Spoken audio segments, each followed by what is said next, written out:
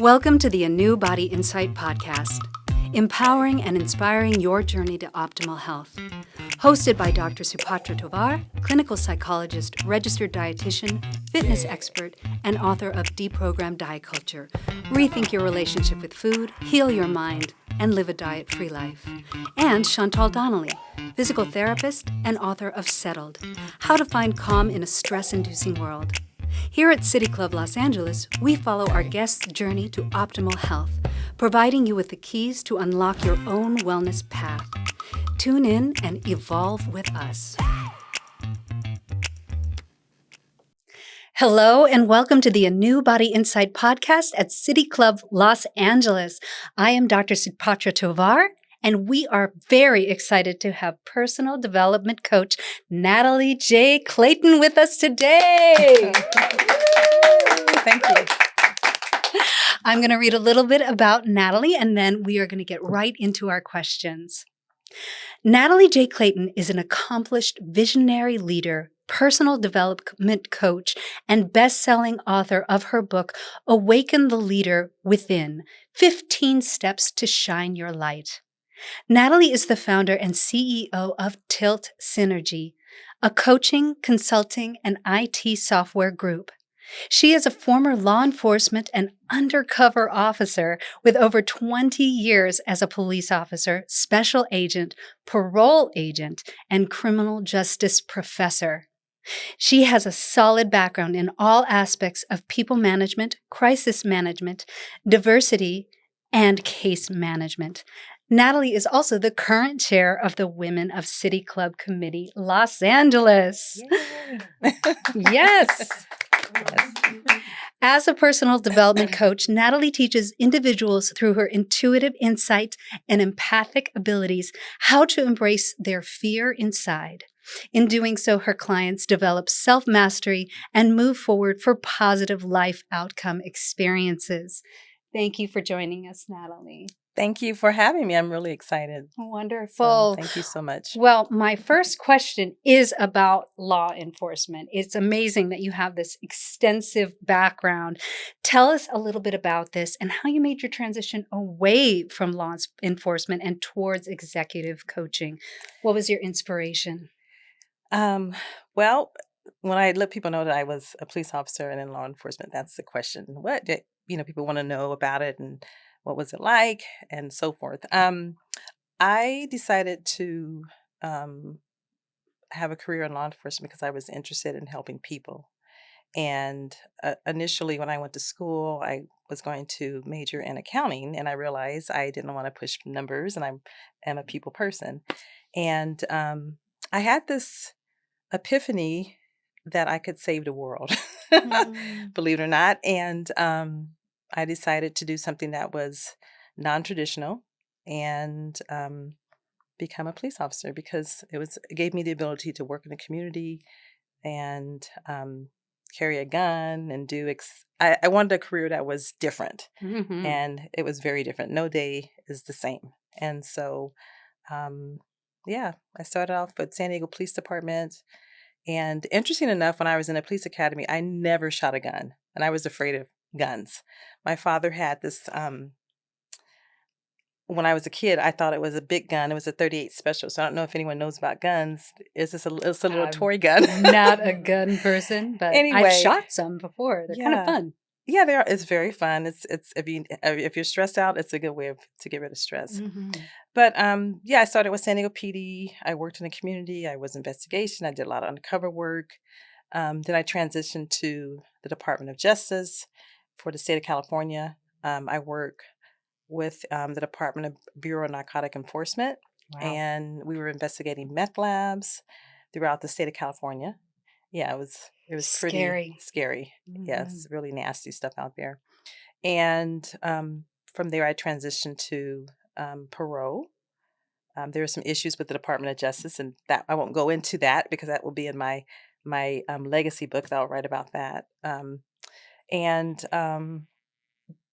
then I was doing my work, and 5 years in with the Department of Corrections and Rehab, and I was diagnosed with cancer, a very aggressive stage 3 cancer. It was colon Wow. cancer.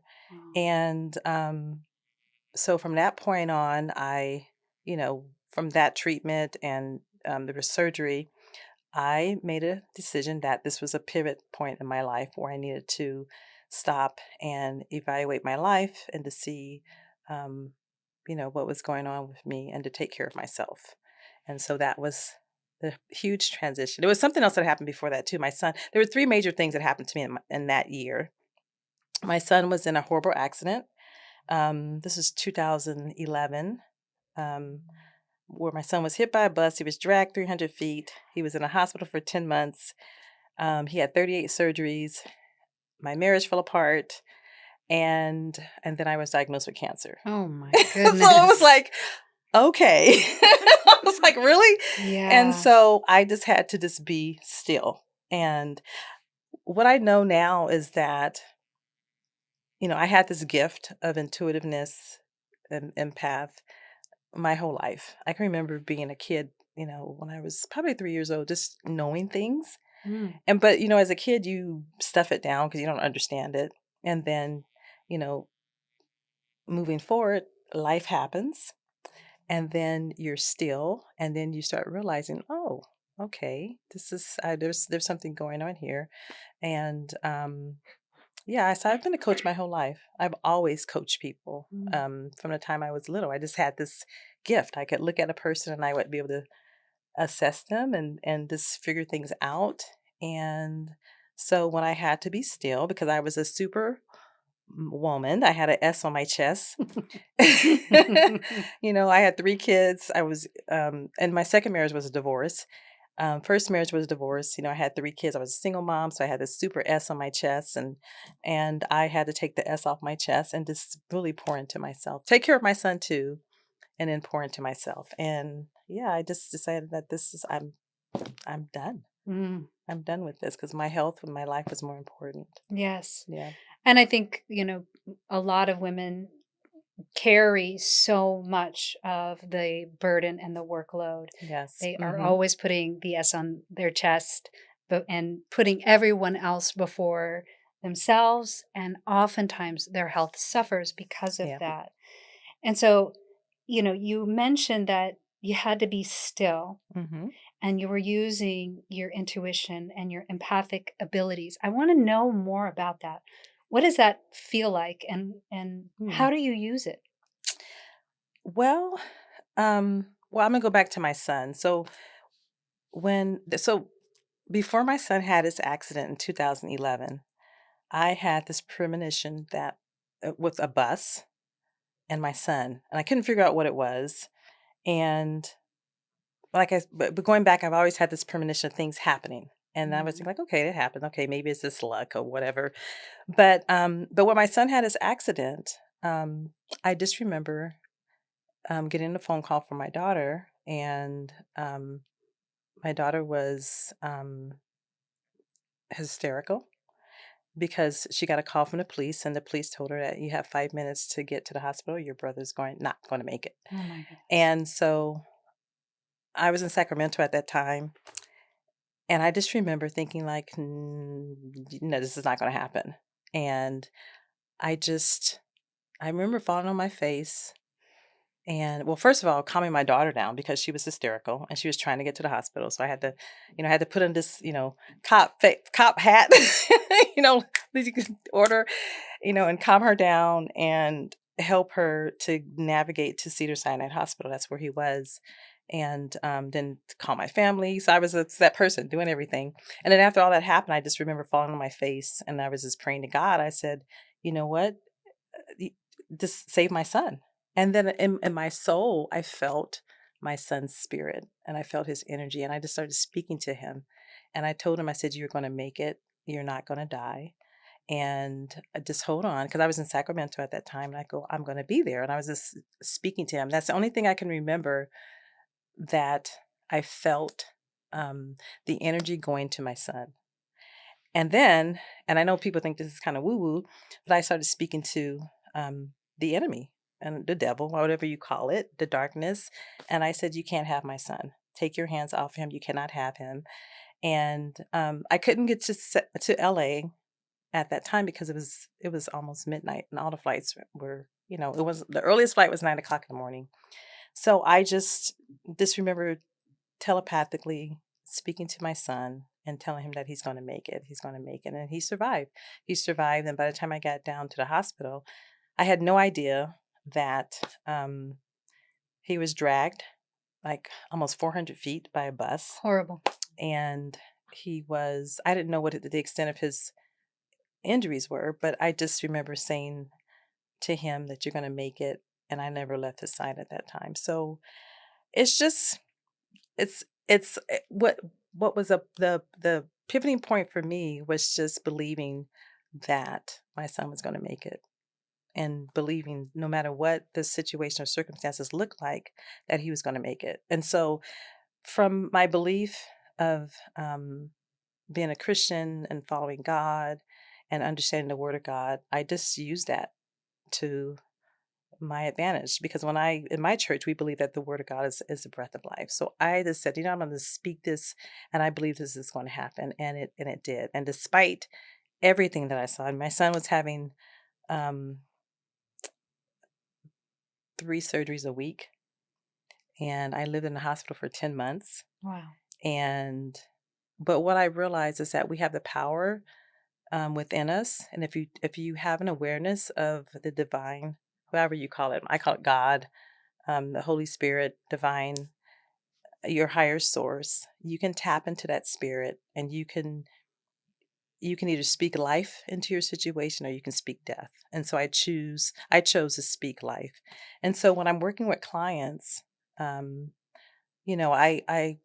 will sit down with them and have an assessment with them and figure out where they are in their lives, and what internally is stopping them from getting to their next, whatever their next is. Um, and I spend time with them to kind of understand their mindset and where they're at and what's blocking them, because it's always some type of mental blockage. Mm-hmm. And so yeah, it depends. And when we focus on what is the most pressing issue, in their lives that's preventing them from moving forward, and so that's what I do without going into too much detail. Well, it sounds like that's what you did for yourself. Mm-hmm. You Yeah. had 3 major life events that were so stressful and so frightening. Yeah. And you had to tap into that yourself Mm-hmm. for your son in order to be strong for him, in order to help him Yeah. heal. And then you had to do that for yourself. So I Yeah. just want to know a little bit more about how you beat it, how you beat cancer, and then what happened after for you to found your company, Tilt Synergy. Okay. Well, after my son, survived, I mean, after the 10 months and all the surgeries and, all of the things that he went through, and my faith was like way up here. I think you have to make a decision, a conscious decision in your mind to believe what you want to show up. And so ironically, when I got diagnosed with cancer, I just, it was almost like the wind was knocked out of me. And I was like, you've got to be kidding me. I mean, I was like, what? But I just said, okay. And I remember, I called my mom. My mom is no longer here, but I remember calling her, and we cried. We cried for 30 minutes on the phone. I mean, I was just like hysterical crying. And I'm like, okay, I got that out of my system. Now it's time to go to work, and I believe that I'm going to be healed. So I went back in. I had to do an EKG, I mean, all the things you have to do to prepare yourself. And I just chose to believe that I was healed. And so, and then I did research, because you have to be proactive in your life. Faith and work goes hand in hand. So you have to have faith, but you got to put in the work. So you can't have faith without work. You can't have work without faith.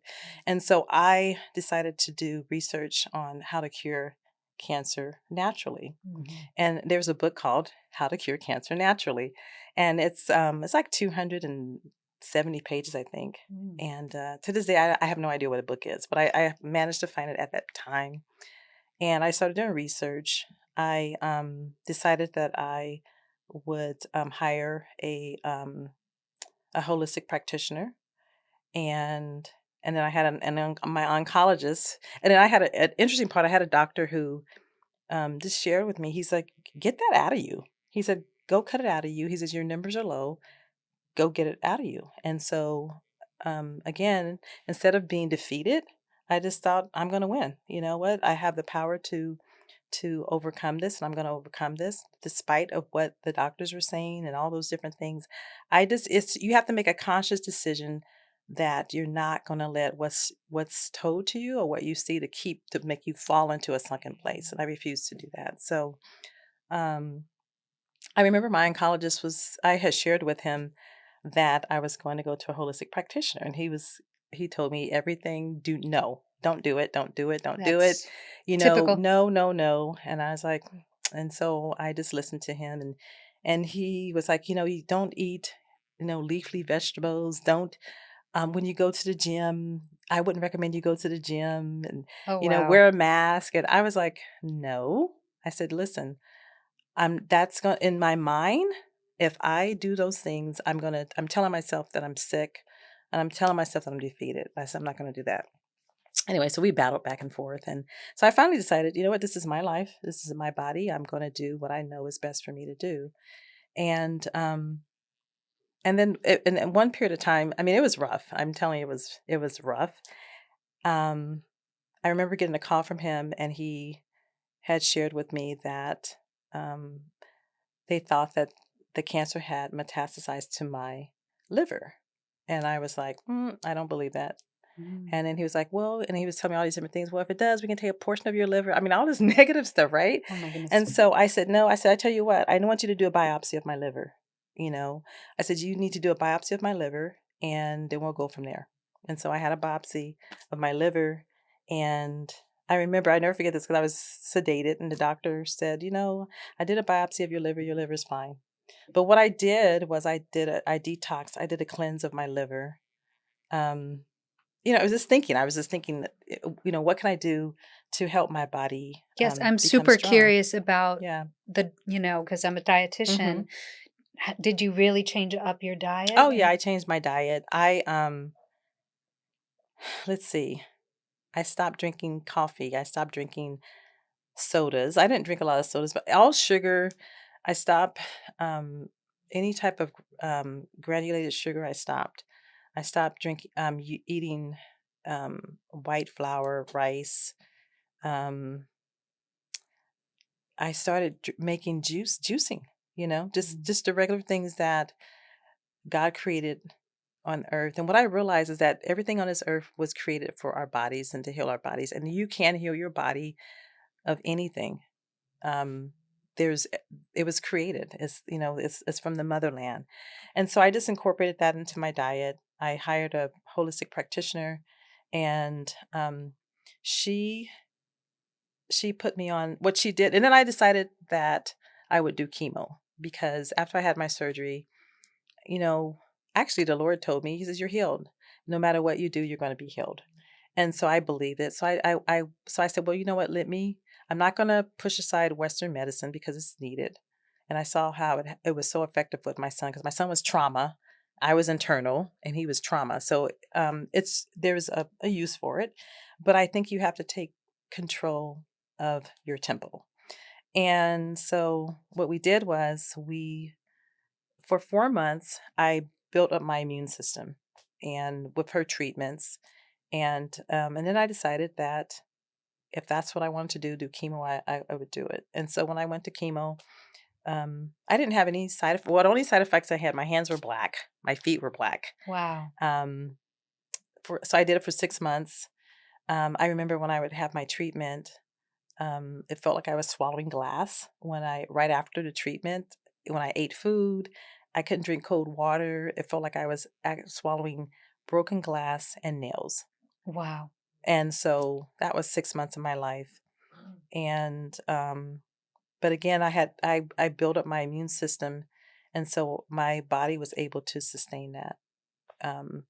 And I just believe that, okay, I'm going to be healed no matter what. So I think that the mindset that Mm-hmm. you have is everything, and Right. setting an intention with your mindset Mm-hmm. Yeah. and moving forward using science, using medicine, but Right. also using food. And Oh, yeah. food is, especially when you look at Mm-hmm. whole foods, lots of plants, they are naturally healing, and you Right. can Yeah.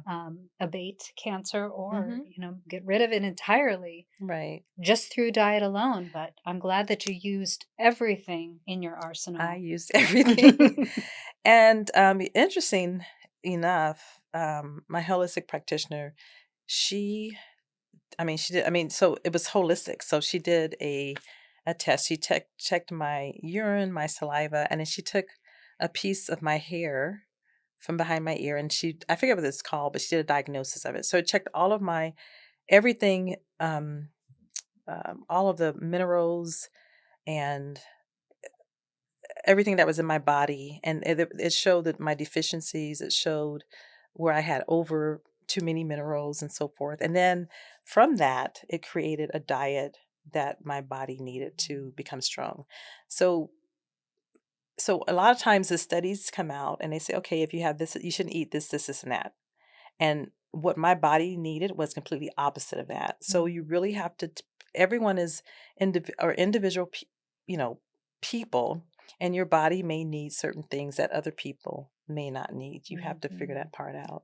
And yeah, so it was very interesting, for me. It was an interesting journey, life changing for me.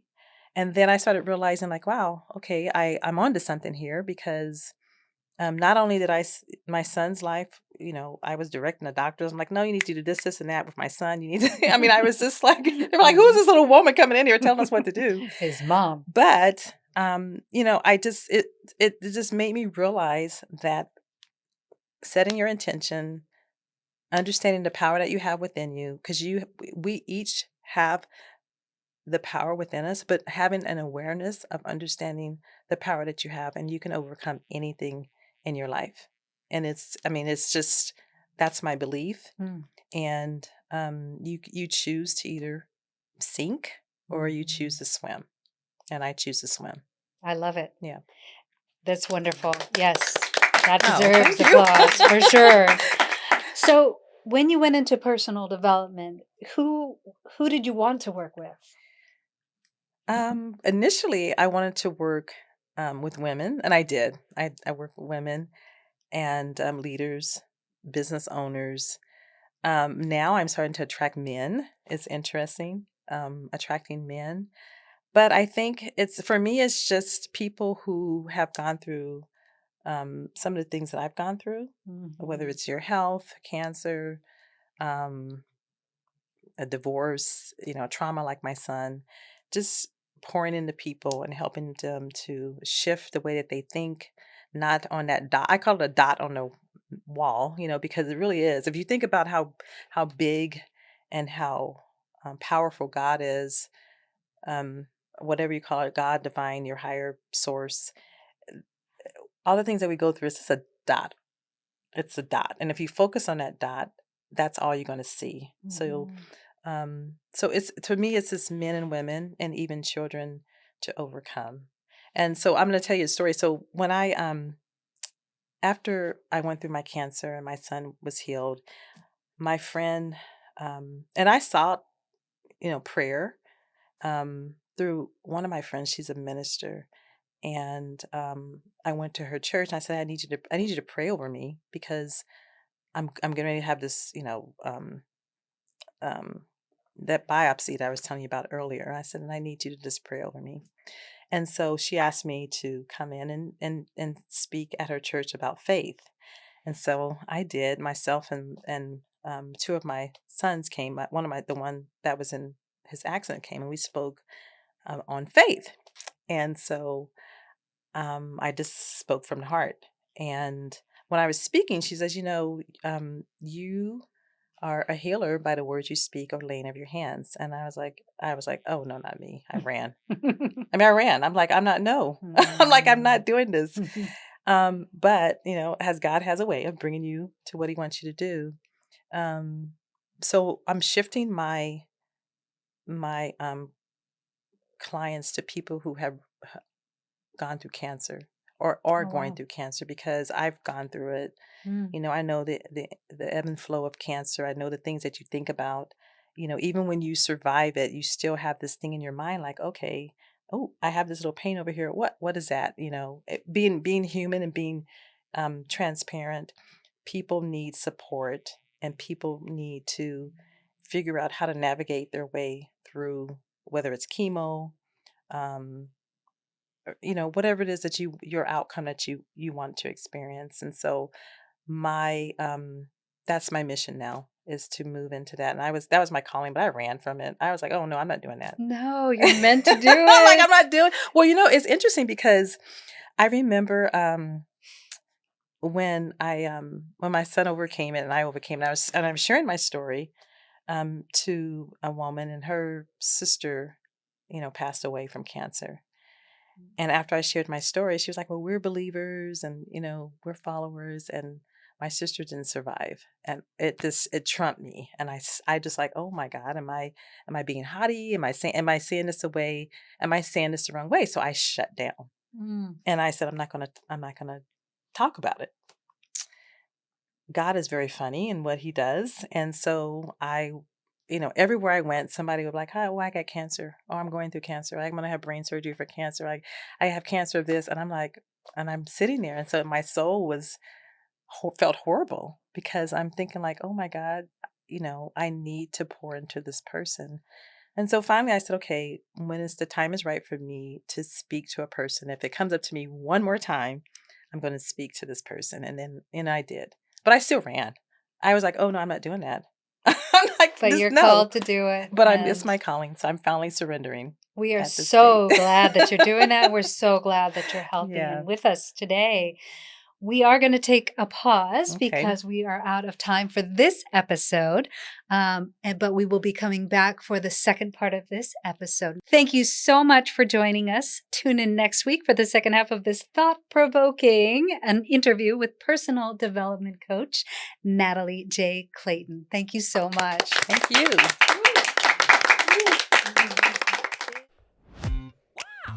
Thanks for tuning into the ANEW Insight Podcast. Please remember, the content shared on this podcast is for entertainment purposes only and does not constitute medical advice. You can find us anywhere podcasts are streaming, on YouTube at my.anew.insight and at anew-insight.com under the ANEW Insight Podcast tab. Follow us on our socials at my.anew.insight on Facebook, Instagram, TikTok, and Threads for more updates. Tune in next time and evolve with us.